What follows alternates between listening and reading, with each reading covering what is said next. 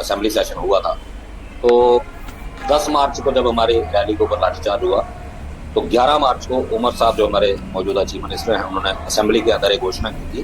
कि मैं एक कमेटी फ्रेम कर रहा हूँ और डेली वेजर के जो भी मुद्दे हैं उनका, हम जितने भी डेली वेजर हमारे डिपार्टमेंट्स के अंदर काम करते हैं उनका एक डाटाबेस तैयार करेंगे, क्योंकि कुछ लोग रिटायर भी हो चुके हैं, हमें उनका भी डाटा चाहिए, जो भी उन्होंने कहना था। 11 मार्च को उन्होंने ये घोषणा सदन में की थी और उसके बाद 19 मार्च को कमेटी गठित की गई थी।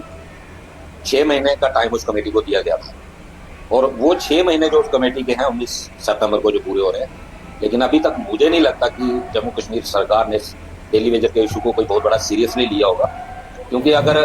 कमेटी ने अपना काम किया होता तो कहीं ना कहीं स्टेक होल्डर के साथ कमेटी ने बात की होती, लेकिन अभी तक किसी भी ट्रेड यूनियन के साथ कमेटी की कोई मीटिंग नहीं हुई, जिससे हमें लग रहा है कि कमेटी ने कोई अभी तक डेली वेजर की जो रिपोर्ट बनानी थी उसके ऊपर कोई काम किया है। मुझे नहीं लगता कि ऐसा कुछ हुआ है। आपको क्या लगता है ये चूक कहाँ से हो रही है? जिस तरह कमेटी भी गठित की गई लेकिन फिर भी अगर ऐसा नहीं हो पा रहा तो चूक किस तरफ से है? मैम, चूक स्पष्ट दिख रहा है कि जो आज बड़ी बड़ी चेयर्स के ऊपर बैठे हैं, इन लोगों का जमीर मर चुका है। ये सिर्फ वादे करना चाहते हैं लेकिन वादे के ऊपर अमल कोई नहीं करता। आपको याद होगा 27 मार्च को जब हमारी काम छोड़ हड़ताल के बाद हमारे जल शक्ति मिनिस्टर जावेद अहमद राणा साहब थे, उन्होंने हमें बुलाया और जब हमारी मीटिंग हुई उन्होंने 2 वादे हमारे साथ किए। एक तो उन्होंने पहले कहा कि रेगुलाइजेशन के मुद्दे पे हमने कमेटी गठित कर दी है, हमने बोला ठीक है। दूसरा उन्होंने वादा किया था कि आपकी जो पेंडिंग वेजेस 460 करोड़ है वो हम 2 किस्तों में आपको इसी अप्रैल महीने अप्रैल लास्ट तक हम रिलीज कर देंगे, जिसमें से एक किस्त हम रिलीज कर देंगे। दूसरा हमारी एक डिमांड थी कि हमारा पीएचई डिपार्टमेंट जो है एसेंशियल सर्विस डिपार्टमेंट है जो 24/7 काम करता है, तो इस बिहाफ पे हमें जैसे हमारे परमानेंट एम्प्लॉइज को एक्स ग्रेशिया 2.5 दिन की एक्स्ट्रा सैलरी मिलती है, तो उस पैटर्न पे हमारी जो है हमें भी बेनिफिट जो है वो मिलना चाहिए। तो उन्होंने उस डिमांड को भी कंसिडर किया और ये स्पष्ट उन्होंने ऑन मीडिया ये वादा किया था कि ये 2 डिमांडें जो है वो मैं जल्द से जल्द पूरी करूंगा, नेक्स्ट कैबिनेट के अंदर ये मैं मुद्दा लेके आऊंगा। आज 6 महीने पूरे होने वाले हैं, लेकिन आज तक उन 2 डिमांडों में से एक भी डिमांड जो है वो पूरी नहीं हुई, जिससे ये साफ जाहिर होता है कि ये इन लोगों की करनी और कथनी में जमीन आसमान का फर्क है। ये वही लोग हैं जो इलेक्शन के समय पे कहते थे कि हमारी सरकार आएगी सबसे पहले हम डेली वेजर के मसले को हल करेंगे, लेकिन आज तक इनकी जो कारकर्दगी है वो बिल्कुल जीरो साबित हुई है। तो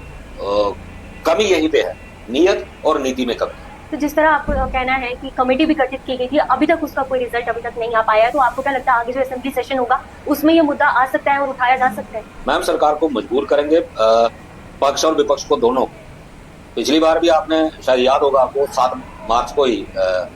जब उमर साहब ने एक स्टेटमेंट दिया था असेंबली लगते ही कि डेली वेजर का कोई भी अभी इशू जो है वो नहीं है, तो फिर हमने जब लगातार 2 रैलियां की, तो 10 तारीख को जब डेली वेजर की रैली के ऊपर जब सेक्रेटरी गिराव हुआ, लाठीचार्ज हुआ, हमारे लोग जख्मी हुए और मजबूर होकर 11 तारीख को कमेटी गठित करनी पड़ी। तो इस बार भी हम तैयार हैं,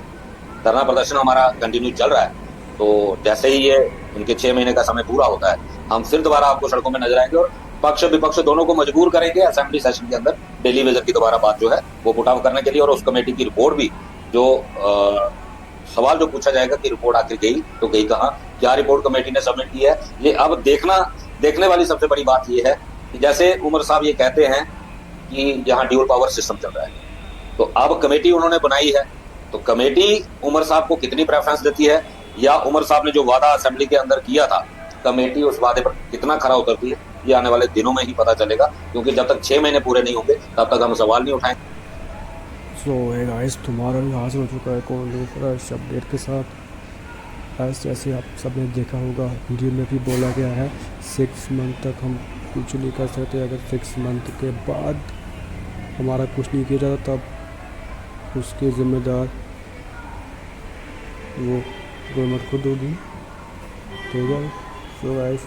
ऐसी वीडियो अपडेट पाने के लिए गाइस मेरे इस चैनल को सब्सक्राइब कर लेना, पास वाले जो बेल आइकन है उसी तरह करना ताकि आप आने वाली हर एक न्यूज़ फ्रेश अपडेट को गाइस मिस ना कर सकें। और गाइस चैनल को डिस्क्रिप्शन में मेरे फेसबुक पेज का लिंक,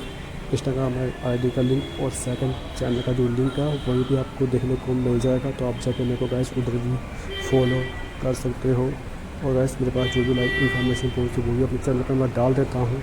तो इस चीज़ को मिस ना करने के लिए मेरे चैनल को सब्सक्राइब करके पास वाली जो बेल आइकन है उसे भी प्रेस कर देना ताकि मैं जब भी कोई भी अपडेट अपलोड करूँ सबसे पहले उसके आपके पास उसका नोटिफिकेशन पहुंच जाए, ठीक है। सो गाइस आज की वीडियो फिलहाल इतना ही, तब तक के लिए जय हिंद